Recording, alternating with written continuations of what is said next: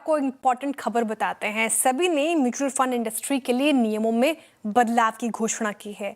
Mutual funds अब value और Contra fund offer कर सकेंगे। विनी से समझ लेते हैं कि नए सर्कुलर में सेबी ने किन बदलावों का जिक्र किया है। बताइए विनी। Good afternoon. बिल्कुल, तो बहुत सारे अनाउंसमेंट्स आए हैं जो सेबी के सर्कुलर में है। मेनली कैटेगराइजेशन, रैशनलाइजेशन जो है म्यूचुअल फंड्स के लिए।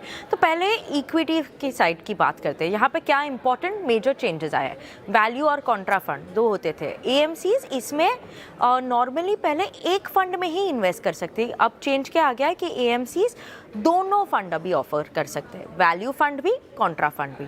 दूसरा चेंज क्या अनाउंस किया इक्विटी साइड पे कि जो ओवरलैप होते हैं, इतने सारे फंड्स में बहुत सारी ओवरलैप्स होती है, सेक्टोरल फंड्स में भी बहुत सारे ओवरलैप्स होती है, तो maximum 50% overlap between sector and thematic funds and other equity schemes हो सकता है। इसका मतलब क्या है, अगर आपकी इक्विटी स्कीम और आपके सेक्टोरल फंड में 50% से ज़्यादा ओवरलैप है तो वो अलाउड नहीं होगा, मैक्सिमम 50% हो सकता है।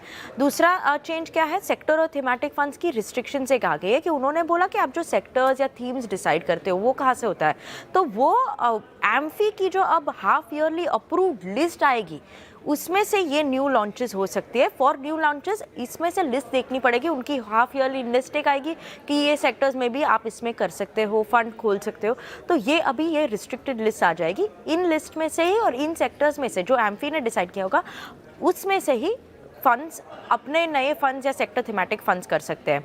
दूसरी है रेसिडुअल इन्वेस्टमेंट फ्लेक्सिबिलिटी। एक चेंज आई है कि नाउ गोल्ड, सिल्वर और इन्वेट्स है, उसमें जो रेसिडुअल पोर्शन बचा होगा, जो अमाउंट में भी कैश में बचा होगा, वो रेसिडुअल पोर्शन अब इनमें भी इन्वेस्ट कर सकते हैं। तो यहाँ पे एक में भी हेज बन जाता है against volatility in the market for gold, silver and investments की तरफ से।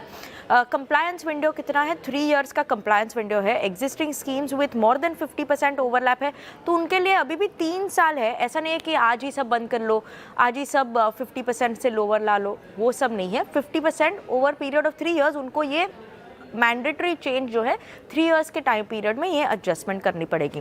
What does this mean for investors in terms of the equity side change? एक तो ये मतलब क्लियर बन जाता है कि अभी स्कीम्स की जो डिफरेंट डिविजन्स है वो डिफरेंशिएट्स क्लियरली हो जाएगी। उसके अलावा गोल्ड सिल्वर हेज प्रोवाइड करेगा, क्योंकि जो रेसिडुअल अमाउंट है वो गोल्ड सिल्वर इन्वेट्स में इन्वेस्ट हो सकता है, तो वो एक हेज हो जाता है against market volatility. And obviously monthly overlap disclosures है वो भी डिसीजन मेकिंग के लिए बेटर बन जाएगी इन्वेस्टर्स के लिए, तो अवेयर डिसीजन मेकिंग कर सकते हैं इन्वेस्टर्स।